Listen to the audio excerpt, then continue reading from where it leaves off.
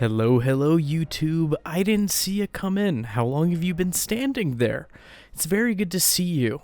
Not many people come to check in on little ol' me, and for today I have for you a magical build, an intelligence build. Not quite a wizard, though you could cast a few spells.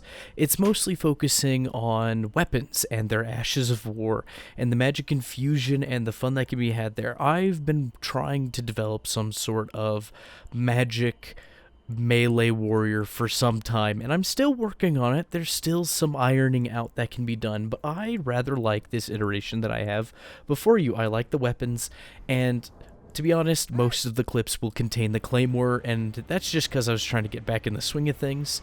And I like the Claymore. It's not the best by any means, but the R2 is oh so very tasty, and I've been having fun with Piercing Fang. Normally, I prefer Impaling Thrust on my Claymore.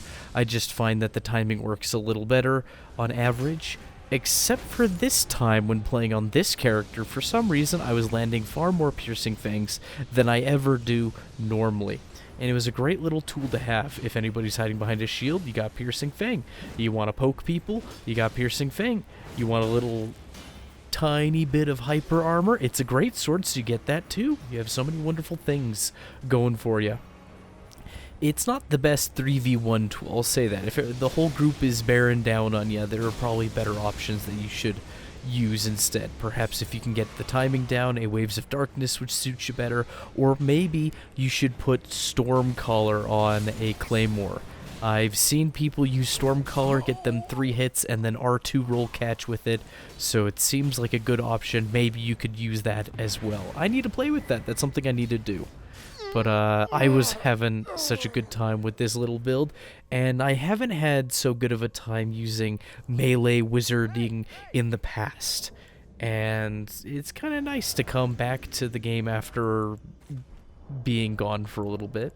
And I feel like I say that just about every episode, but that's just kind of the ebb and flow of my life, of wanting to play this game but not always being able to make the time for it. You know, being busy. It's a hobby, it's not a lifestyle. I'm not a professional by any means.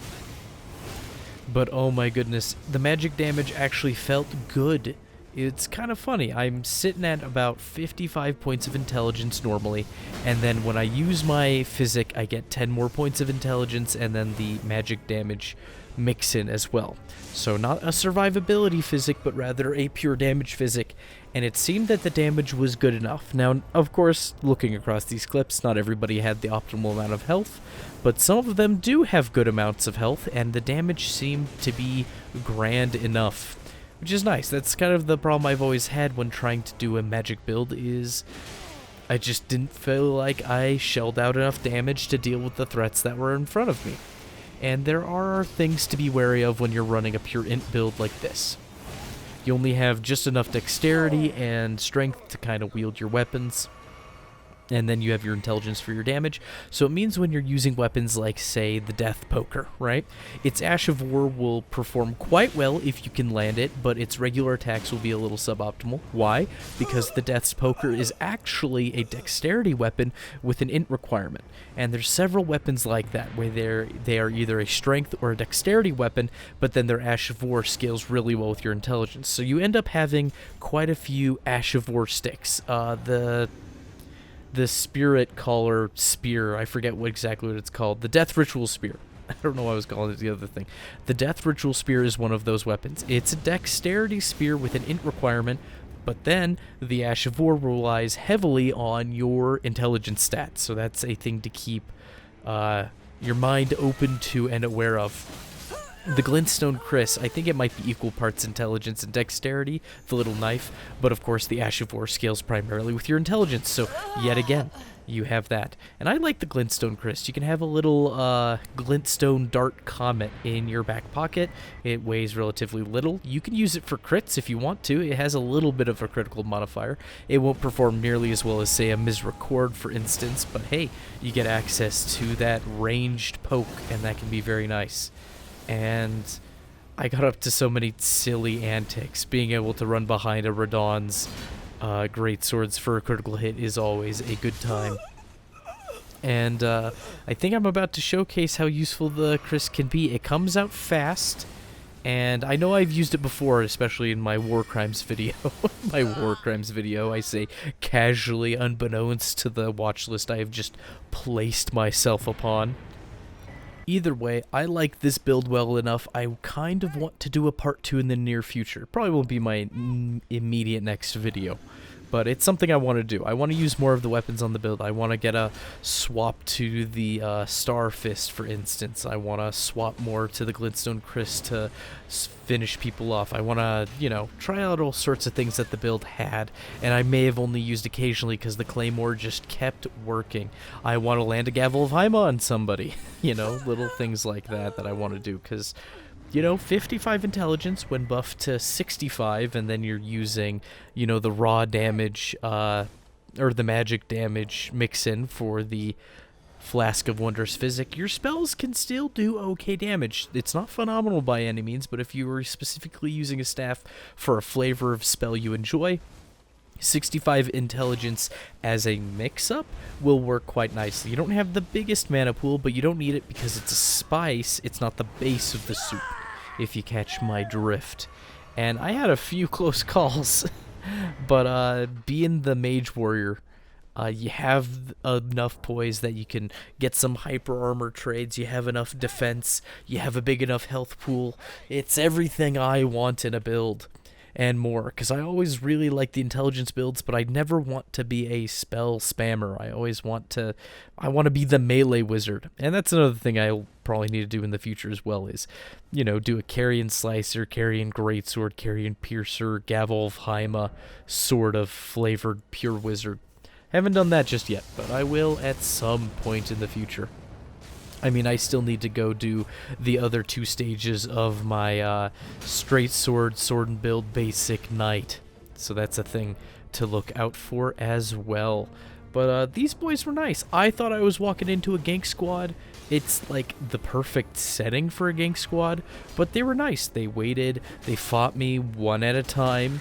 And oh my gosh, I love that. The light attack into heavy, into piercing fang, repeated roll catches.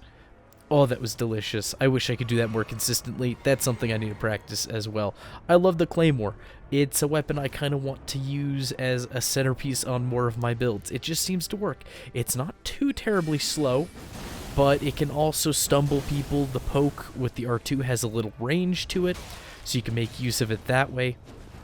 I don't know, I like how well-rounded it is, and I feel like if I put other weapons around it smartly in my inventory, like straight swords, light thrusting swords, curved swords, and then, you know, bigger options like this Zweihander or stuff like that, a Glintstone Chris in the case of this intelligence build, you can have a good myriad of options. I like its middling weight as far as all the weapons go.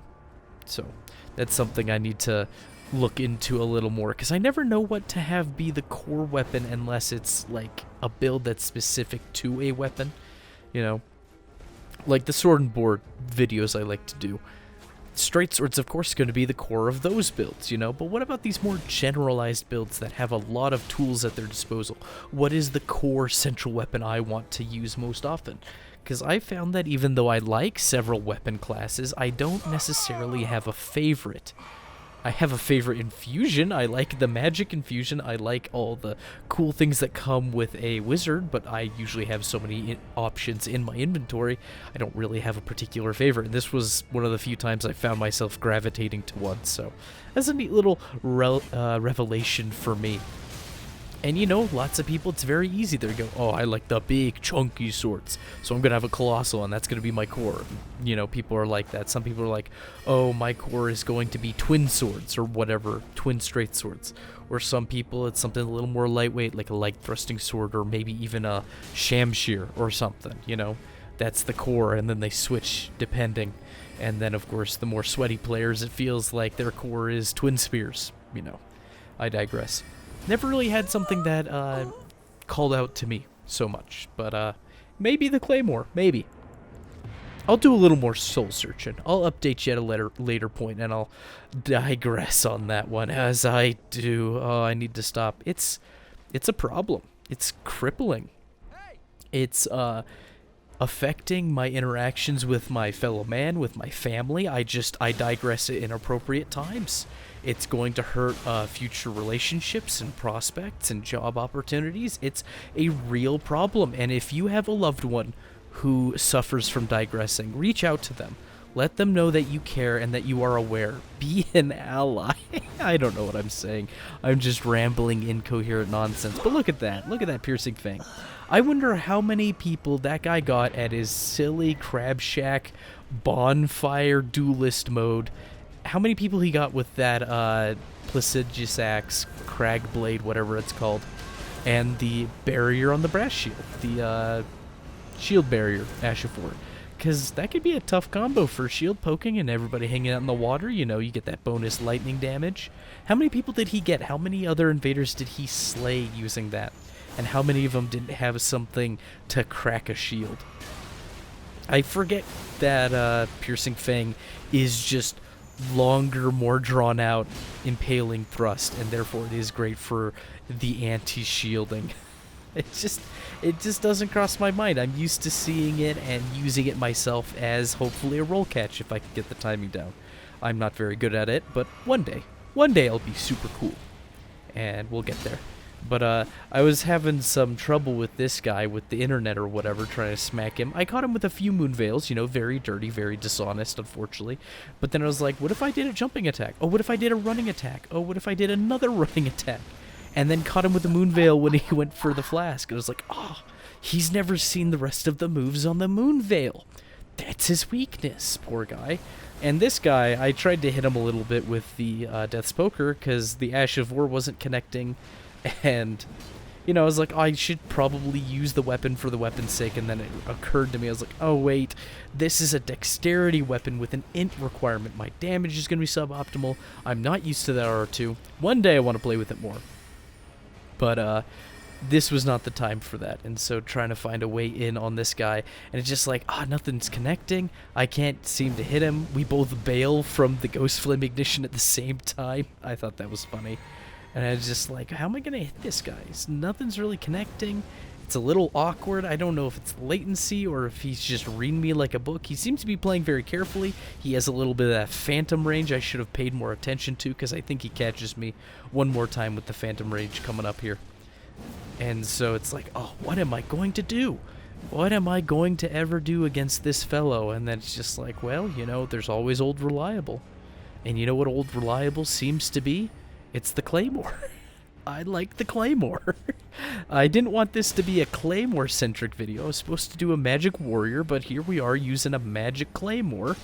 And it's silly. It's ridiculous. I don't know, I never thought the Claymore would be my weapon, because I remember going, oh, Claymore's so good from Dark Souls 3. I love the Claymore. Claymore's phenomenal. See, and then finally it clicks and we kill the guy. But, you know, I love the Claymore from Dark Souls 3.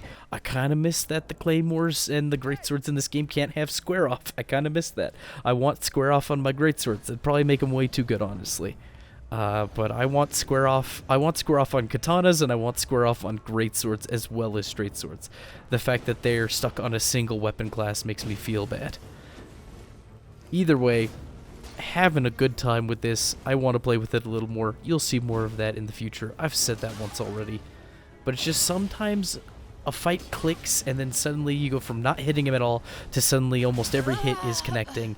And then you win, and it feels good. And there's just something about the Claymore and the Greatsword class where you can get in people's faces, and it's the hyper armor, honestly. It's a little bit of hyper armor. You get a little later in your attacks, and it does well. If you're running a physical build and you're using the R2s on the Claymore, that piercing damage can hit really hard. I don't know if anybody knows this. I don't know if I've talked about it much before. I probably have, and I just haven't, you know, I just don't remember. Horrible memory that I have.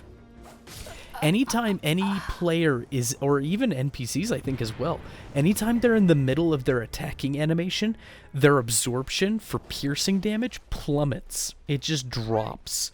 And so if you're doing physical damage and it's piercing damage, you hit somebody during their attack, it'll feel like you do bonus damage. In reality, their defenses are actually just lowered, so more of your actual damage is getting through and not being resisted. But it feels like you're getting bonus damage. And so the Claymore, because it's one of the few great swords, it's the only great sword that has a thrusting R2, and you have to put an Ash of War on other greatswords if you want to thrust with them, you get that little bit of counter damage. And even on a split damage weapon, you'll feel it a little. Not a whole lot. Not as much as a pure physical, though. So, there's things you can do that are silly in that vein if you're interested. You could run the Axe Talisman and the, the Spear Talisman. And you could put it on a Claymore, a Zweihander. Both have the thrusting R2. And then you can, use Royal Knight's Resolve, I don't know. And then you could just try to get counter hits and do big damage that way. And you'll probably be relatively successful. People are aggressive in this game. And since the sword has a bit of hyper armor, especially if you have your own bunch of poise and a bull goat talisman on you, then you can make them counter hits and do phenomenally. Now here's something people don't think of very often, and it's the Ashes of War that go on a heavy thrusting sword. Because what Ashes of War do you think of when you think of a heavy thrusting sword? Usually I think of Freezing Mist or Poisonous Mist or whatever those two are called, Those are the first two that come to my mind. Maybe the Wind Slash ability, What goes on a heavy thrusting sword? I recently learned that you can put the stamp abilities on heavy thrusting swords, as well as like Eruption and those flavor of Ashes of War, and nobody does that. And turns out it's a fantastic mix-up. Nobody sees it coming from a mile away. And you can trade stamp with a heavy thrusting sword, and the damage is good enough. Honestly, the damage is wonderful. Heavy thrusting swords are kind of in the weight class of the lighter greatswords, and it seems that the damage is comparable. Sure, you don't necessarily get hyper armor for your normal attacks. At least I don't know if you do. I don't think so. I feel like you don't. But when you're using stamp, you get that armor because it comes with the Ash of War. And so that's something that I learned that's very neat. Anyways, these two were nice to me. They were obviously gankers, but they were nice to me for some reason. Maybe they saw my kit. Maybe they saw that I'm running a suboptimal build and I'm just doing this for fun. But this was my third invasion against these lads. In the first two invasions, each one took a turn vaporizing me. Well, this guy definitely vaporized me. The other guy killed me fair and square. And this is my third attempt against them. And for some reason, they're being nice to me. They don't need to be, but they were. So kudos to them resisting those ganker inclinations, though they had every right to kill me mercilessly if they so chose. But hey, they decided to be nice, and then I pulled through, because guess what? Stamp uppercut on a heavy thrusting sword is the future of Elden Ring gaming. You should do it, and tell me about it. It's fun stuff. Anyways, thanks for joining me. I hope you have a good one. Bye-bye now.